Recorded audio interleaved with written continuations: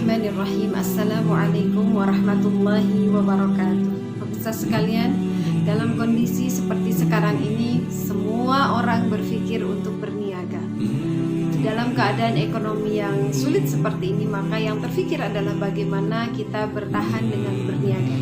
Tapi ada yang menarik di dalam surat Fatir ayat 29 ayat 30. Perniagaan yang tidak akan pernah rugi.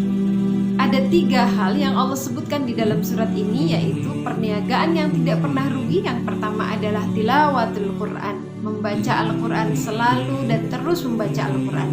Yang kedua adalah menegakkan salat. Yang ketiga berinfak dari apa yang telah Allah karuniakan kepada kita, sirran dalam keadaan tersembunyi, wa alaniyah maupun dalam keadaan terang-terangan.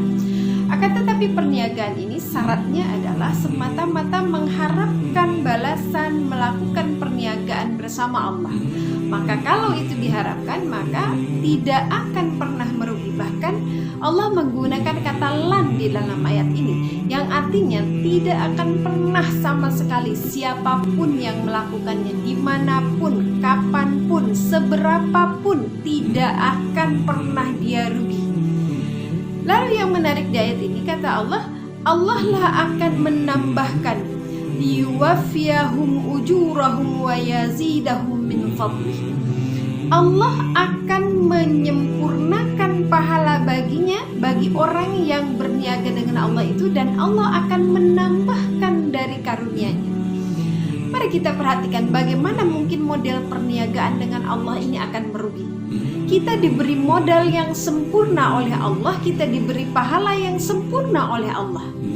Modal itu adalah ketika kita tilawah Al-Quran, kita diberikan mata, pita suara kita dilancarkan, kita dikasih ilmu sehingga kita bisa paham cara membaca yang baik dan benar. Semuanya modal dari Allah. Ketika kita akan sholat, kita menggunakan raga dari Allah, umur, kesehatan, ilmu tentang bacaan-bacaan sholat, semuanya modal diberikan oleh Allah Subhanahu wa Ta'ala. Dan ketika kita berinfak sekalipun di jalan Allah, harta itu diberikan oleh Allah, dititipkan oleh Allah sebagai modal untuk kita beramal. Modalnya yang sempurna diberikan oleh Allah, keuntungannya yang sempurna diberikan oleh Allah.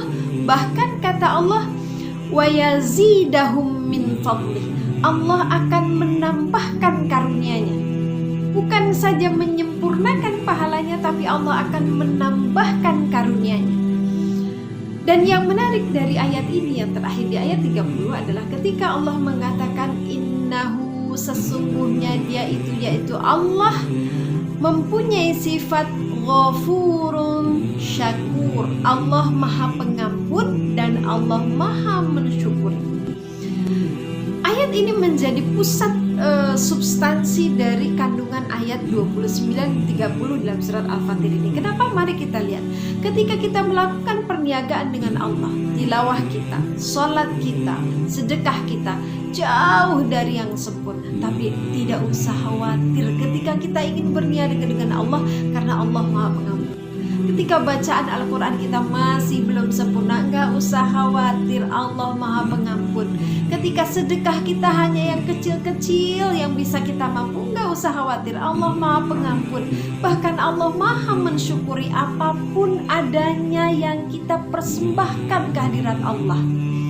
Tilawah yang tidak sempurna, sholat yang tidak khusyuk, sedekah yang sekedarnya, Allah Maha Penerima, Allah Maha Mensyukuri. Bayangkan jika seandainya ada seorang ibu yang mendapatkan hadiah indah dari seorang anak kecil, yaitu sebuah ceplok telur yang gosong.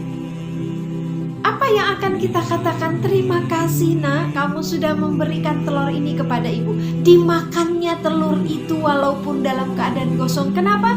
Karena kita punya cinta untuk menerima kekurangannya. Kita bisa menerima secara sempurna atas ketidaksempurnaan persembahan anak kita. Bayangkan, sebagai seorang orang tua, kita mampu memiliki rasa syukur dengan ketidaksempurnaan anak kita. Kita tetap berterima kasih dan menerima perbuatannya. Apalagi Allah. Maka marilah di bulan Ramadan ini kita berniaga sebanyak-banyaknya dengan Allah. Karena Allah telah memberikan modal yang sangat banyak kepada kita, maka kita mendapatkan kesempurnaan. pahala dan kita akan mendapatkan tambahan kesempurnaan fadilah karunia dari Allah Subhanahu wa taala. Semoga di bulan Ramadan ini kita terpacu untuk terus berniaga dengan Allah, tidak hanya berpikir untuk bertahan dalam kesulitan ekonomi dengan berniaga dengan manusia, tapi mari kita berniaga dengan Allah. Assalamualaikum warahmatullahi wabarakatuh.